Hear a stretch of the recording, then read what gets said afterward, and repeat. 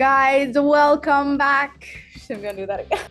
Okay, guys, welcome back to another episode of After the Post. This is the Derby day that we are going through. Some very exciting races today. Yeah, and just last time we had a winner, this time there is no winner. But guys, to be eligible, please put all your selections for all the races. Choose one horse for each race. Put them in the comments 2 hours before the first race starts, and we will take screenshots, and there might be a winner if you guys beat us. Yeah, also for this Derby day, we had a new winner in Yazan, who had 26 points, Sreekanth, who had 24 points, and I finished with 20 points. And so the running tally for that is Sreekanth is a distance ahead with 124 points. I am in second place with 94 points, and Yazan is in third place with 88 points.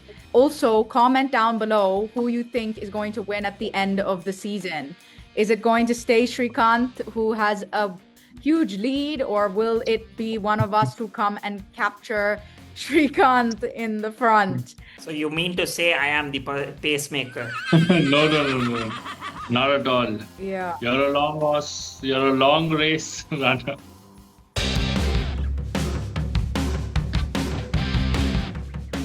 Okay, let's talk about the first race. Sreekanth, why don't you take us through this race? It's an interesting 7 furlong race to start off the Derby day.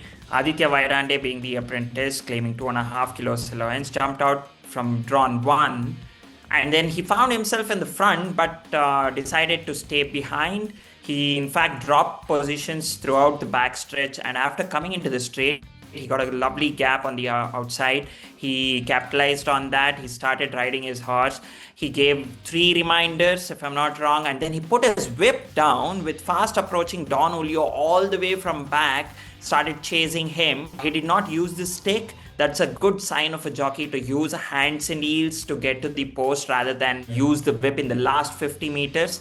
It adheres to the rhythm of the horse. So Aditya Vairande did a great thing in doing that. Trevor was a tad bit too late on Don Julio to come and finish second in this race. Yes, rightly said. Don Julio could have made it, but he was late. Yeah, no, I don't think there's a lot else. I think Renaissance was a little bit disappointing, but they checked her and there was no abnormality reported. She did lose a length at the start, so I don't know. We'll have to wait for her next race. Don Julio should also win in Class 4 again. That was impressive. He's been running well after his gelding, and he should take them all on again.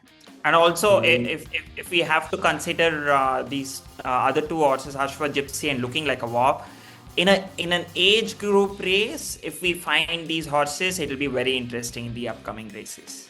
I also think, Looking Like a Wow came down from 2,000 meters, and he's won a 2,000 meter race in Pune, and he's a winner of a 1,600. So I think with a little bit longer, he should win again in this class. So the second race was won in emphatic style by Alexios.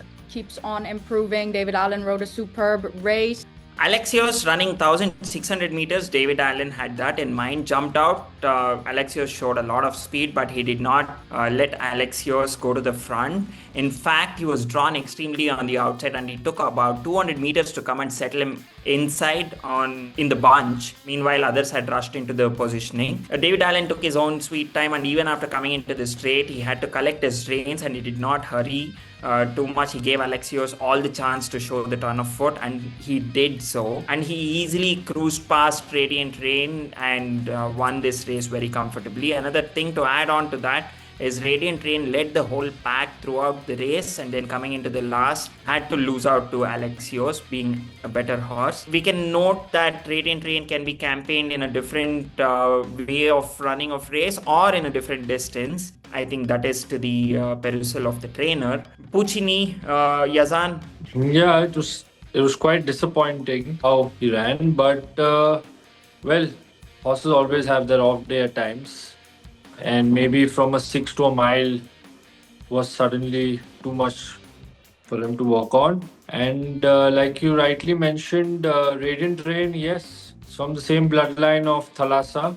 So that's another horse to watch out for. Yeah, no, I completely agree with what you guys have said. I mean, Alexios, I think the Buckingham line is now just, we can go by that a lot. It's very good form. Alexios ran third in that race, has been improving in every run.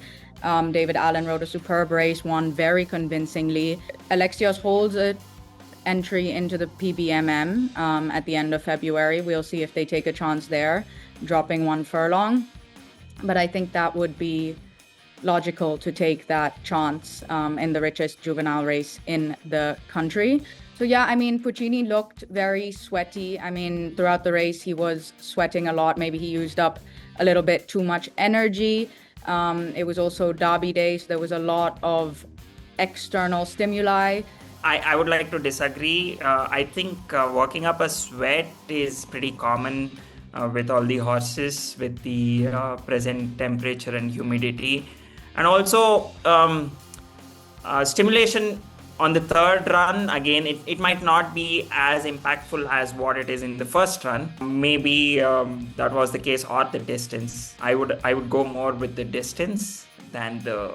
Yeah, it will be interesting to see what distance he runs next. Yeah, I mean, you're probably very right with that. In India, the temperatures are much higher than it is abroad, so it would be more of a sign abroad, especially in places like the UK.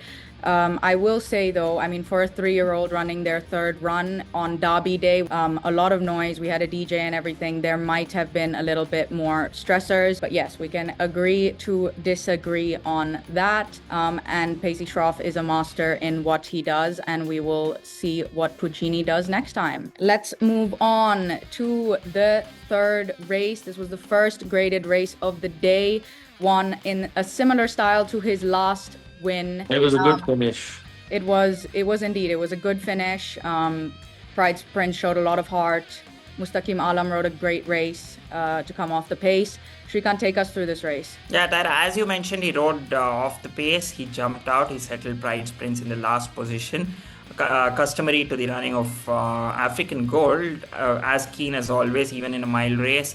Akshay Kumar did a great job in controlling the pace of the race by holding back African Gold without hampering or breaking the strides of African Gold. Meanwhile, Mustaqim Alam, he found himself on the outside of Chagall to overtake and come into the race. Chagall drifted out a little, which was inconveniencing to Pride's Prince, and he had to drift out a little. If you see in the top part of the race, the front view, you can see that Pride's Prince has traveled the highest amount of distance compared to all the other horses by drifting out, and then in the last 100 meters, again coming back and drifting in to come into the race, and he did that well and beat African Gold. Meanwhile, African Gold in the last 200 meters, Akshay Kumar used the whip and then changed his whip hand, which was unnecessary in the last 50 meters. He could have stuck to hands and heels to get to the post first. I think the weight also definitely played a lot into Pride's Prince's favor. Yes. And I mean, Pride's Prince won his 9th race over 1600 meters. I think it was a very deserved win for him to win a grade 3. And yeah, Yazan. Yes, we all have covered everything. And Mr. Gautam Lala has recently posted on his social media that Santissimo has retired. He's had a great career. He's won the Bangalore Summer Derby and a couple of group races as well. So fantastic horse has retired, just for everyone to know if they're not aware of that. And yes, Pride's Prince, the weight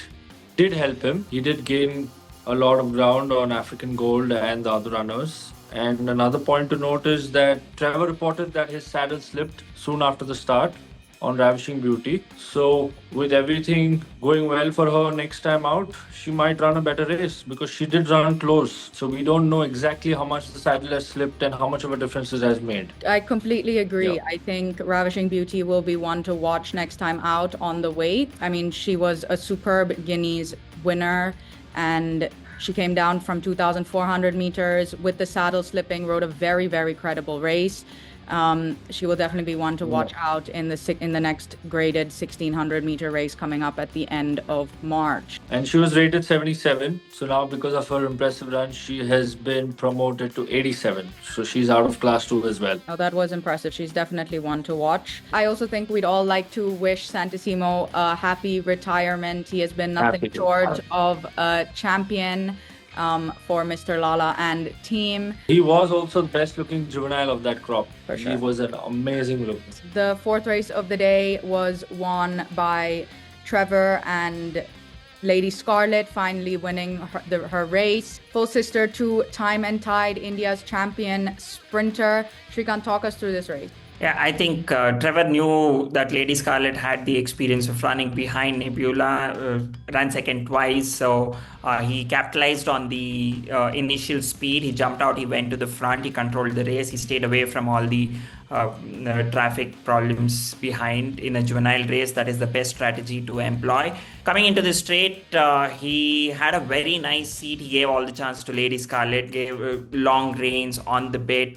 He asked for the turn of foot and he received that, and he timed his running to perfection. Meanwhile, Pinnacle was way behind and covered a lot of ground to come and finish 3.25 lengths behind Lady Scarlett in the first outing. Imagine the amount of improvement from this race and coming into the next race. This is the horse to watch out for. No, I completely agree. I think Pinnacle did a superb job.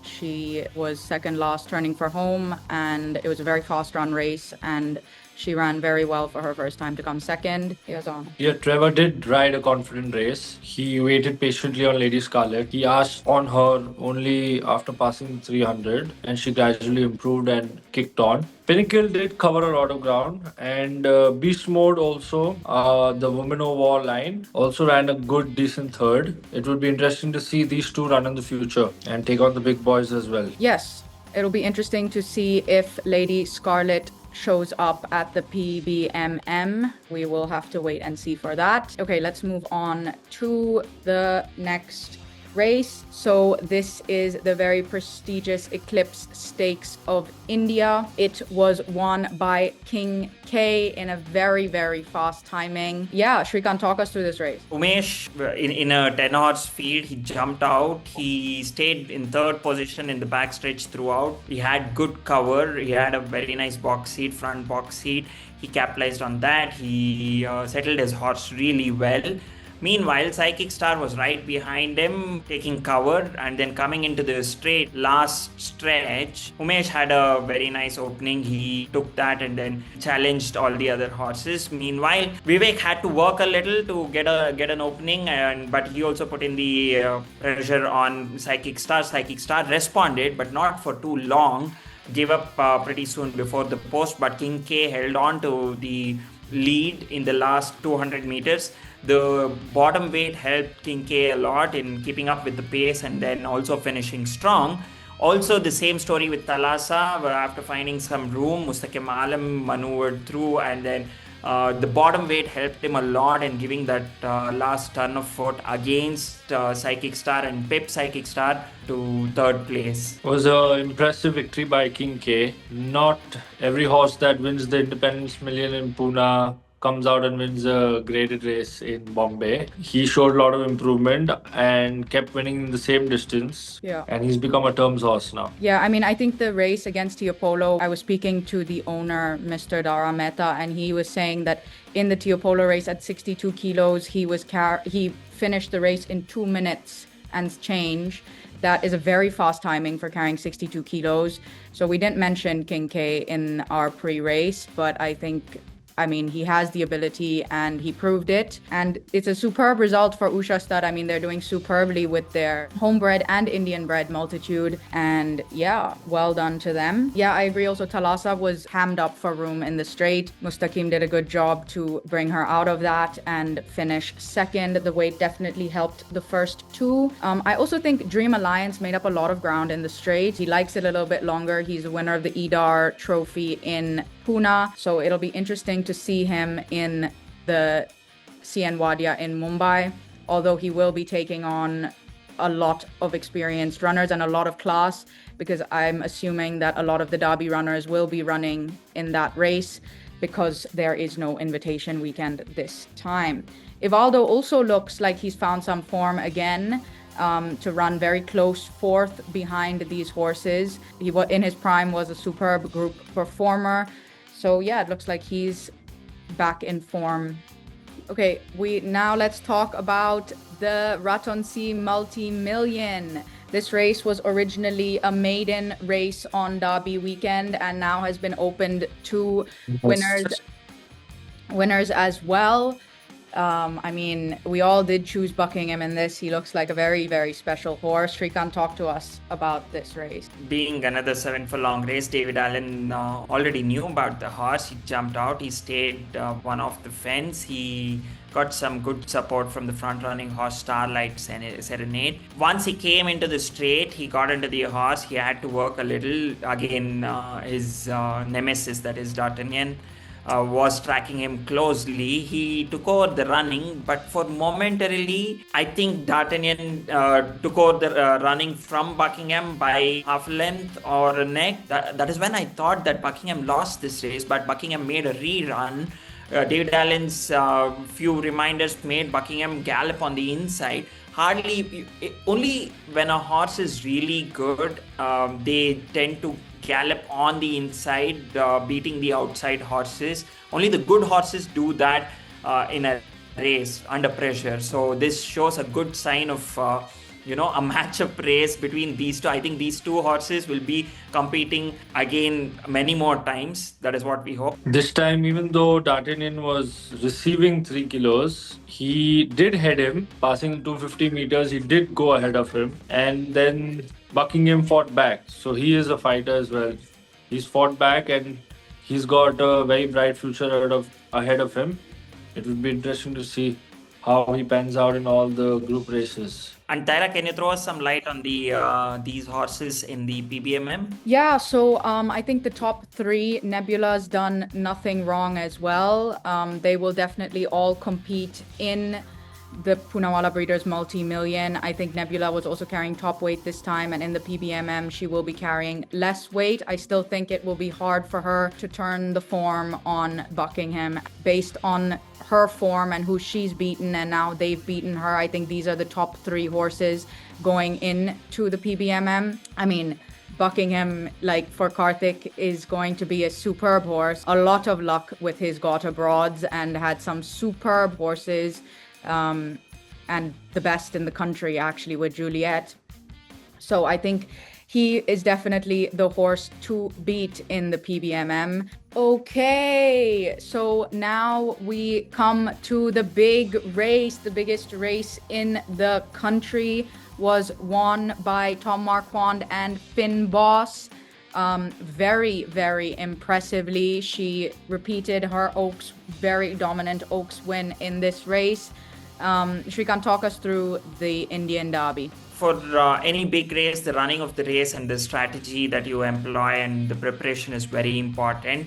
I think Finn Boss, everything went well with whatever with the running of the race. Tom Marquand did a great job in settling her in a striking position in a race such as this. The pace is very important. I think it suited the stayers very well.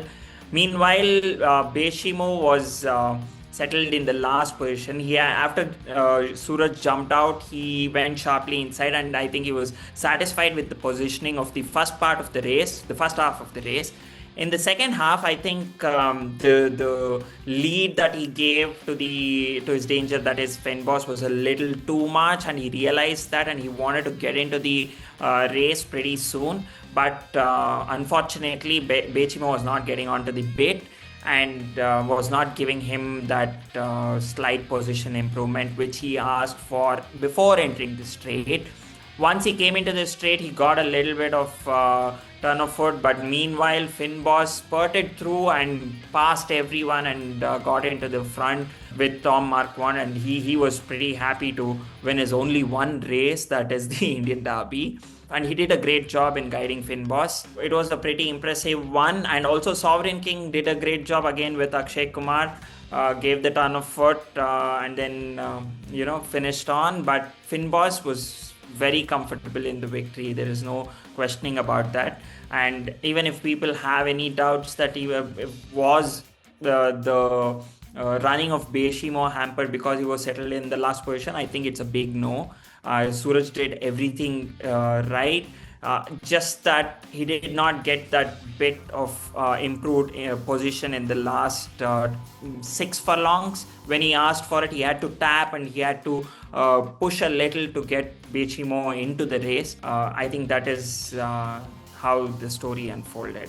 What do you guys think? Firstly, congratulations and well done to the entire team of Finn Boss. They've done a great job on keeping her the way she is. And she clocked almost 2 seconds faster than the Oaks. So I think the solid pace did suit her a lot, and she cherished the pace. And King's Gambit also liked the pace and stayed on with her position. Yash rode a very good race. Sovereign King was also impressive, running a good second, even though we were not sure if he was going to stay or not. But he showed his class and he tried to challenge Finn Boss, but she won convincingly in the end by 5 1/4 lengths. Yeah, no, I think you guys have covered it. I mean, very impressive for Pacey Shroff and also co-owner Vispi Patel to have 3 out of the first 4 finishers. Very impressive. And yeah, Finn Boss was superb.